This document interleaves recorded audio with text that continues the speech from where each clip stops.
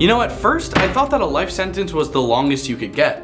Boy, was I wrong. I'm your host, Yusuf, and these are the top 10 longest prison sentences you will not believe. Make sure to subscribe and ring that bell to get notified whenever we upload a new video. Anyways, let's just sit here, I guess. Number 10, Terry Nichols. Convicted of 161 counts of first-degree slaughter, first-degree arson, and conspiracy by the state of Oklahoma for his part in the Oklahoma City Massacre of April 19, 1995. Also sentenced in federal court for chaos and 8 counts of involuntary manslaughter, this guy is trouble.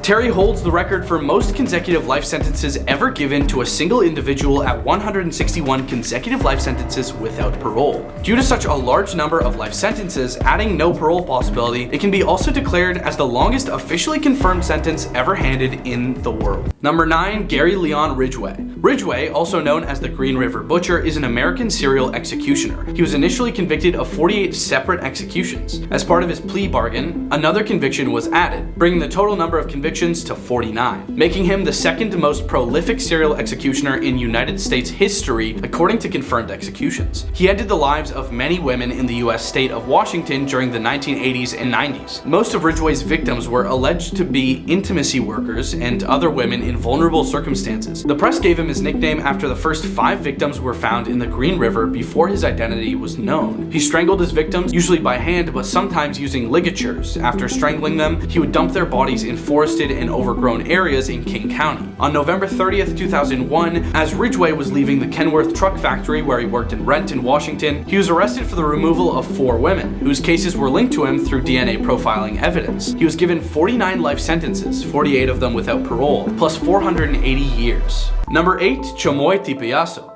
In the late 1960s, Chamoy Thipayaso started a chit fund called the May Chamoy Fund, which was made to look like an oil share with high returns. Due to Thipayaso's connections with the Air Force and Petroleum Authority, the fund was able to sustain itself for remarkably a long time. Her connections to the military were a huge factor in political and business power, and so its apparent military backing made the scheme seem legitimate. The scheme drew in 16,231 clients and was not shut down until the mid-1980s. The fund had a large number of politically powerful investors from the military and even the royal household, and as such, there were calls for the government to bail out the banks and the chit funds. After discussions with King Bhumibol Adulyadej, the nature of which were not made public, the May Chamoy Fund was shut down and Chamoy Thipayaso was arrested. She was sentenced to imprisonment for 141,078 years, but ended up only serving 8. Number 7, Dylann Roof. Perpetrator of the Charleston church tragedy, originally sentenced to execution in federal court for 9 counts of hate crimes, resulting in the victims passing away, 3 counts of hate crimes with intent to execute, 9 counts of obstruction to exercise religion, resulting in executions, and 3 counts of obstruction to exercise religion using a dangerous weapon. In the South Carolina State Court, Roof pleaded guilty to 9 counts of slaughter, 3 counts of attempted slaughter, and 1 count of possession of a firearm during the commission of a violent crime. Life was recommended for the 9 executions, 30 years for the 3 attempted executions, and 5 years for the possession.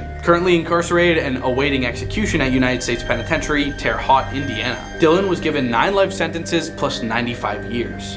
Number 6, Moses Sithole. Moses Sithole was the ABC butcher of South Africa and holds a substantial sentence for his crimes. He appeared to be a mild-mannered individual to those around him. At the time of his crimes, he was managing a shell organization, Youth Against Human Abuse, ostensibly devoted to the eradication of abuse. After committing his crimes in Attridgeville near Pretoria, Sithole moved his focus to Boksburg and eventually to Cleveland. By 1995, he had claimed over 30 victims, sparking nationwide panic. In some cases, he would later phone the victims' families for no apparent reason other than to taunt them. At one point, President Nelson Mandela visited Boksburg in prison to appeal for public assistance in apprehending the butcher. Sithole was sentenced to 2,410 years with a minimum of 930 years. Number 5, Bernard Henry Mcginn. Mcginn was born into an Irish Republican family in Castleblaney, County Monaghan, Ireland. In 1978, Desi O'Hare and Mcginn ended Thomas Johnston, a former member of the UDR in Katy, South Armagh. In 1979, Mcginn was arrested at a disused farmhouse and charged with possession of explosives. He failed to turn up at his trial and was sentenced to 10 years imprisonment in absentia. After several months on the run,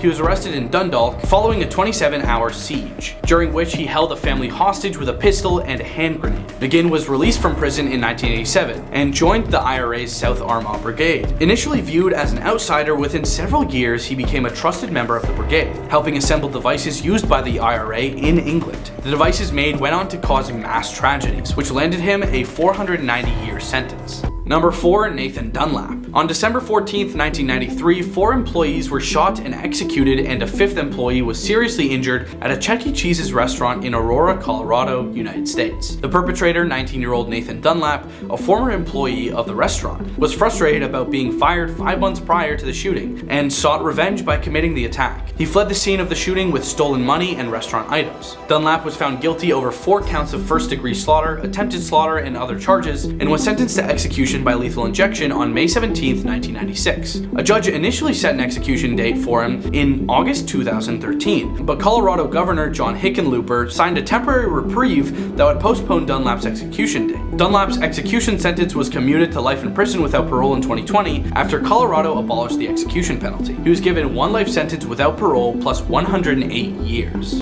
Number 3. Pudit Kittithradilok. Pudit was convicted of 2,653 counts of fraud. He admitted running a Ponzi scheme whereby he promised investors artificially high financial returns. About 40,000 people were persuaded to pour more than $160 million into his companies. Prosecutors told the court that Pudit organized seminars where attendees were encouraged to invest in what he said were businesses linked to property development, beauty, used cars, and exports, among other things. They recommended 5 years for each count and an additional 10 years, totaling 13,275 years. Due to his confession, his sentence was halved to 6,637 years and 6 months. Under Thailand law, though, a convicted fraudster can't serve above 20 years. He will be released in 2037. Number 2. Billie Glenn Woolsey and Jackie Dean Whitlock. The pair broke out of Alfalfa County Jail in Oklahoma. Woolsey was being held on kidnap charges, and Whitlock had been sentenced to 10 years for receiving stolen property. The men overpowered an officer and stole his police car, later abandoning the car but taking with them an AR-15 automatic rifle and an M1 carbine, which they used to steal a pickup truck from an oil field worker. When they were located 2 days later, they led police on a 32-mile high-speed chase through Bryan and Marshall counties, exchanging gunfire with them. 2 officers were shot, later making a full recovery, and 1 more was treated for injuries from broken glass. A Bryan County judge gave them 2,000 years each, 1,000 years for shooting with intent to end a life, 500 years for possession of stolen property, and 500 years for running a roadblock. Tried separately in Marshall County, they additionally each received 2 life sentences and 20 years.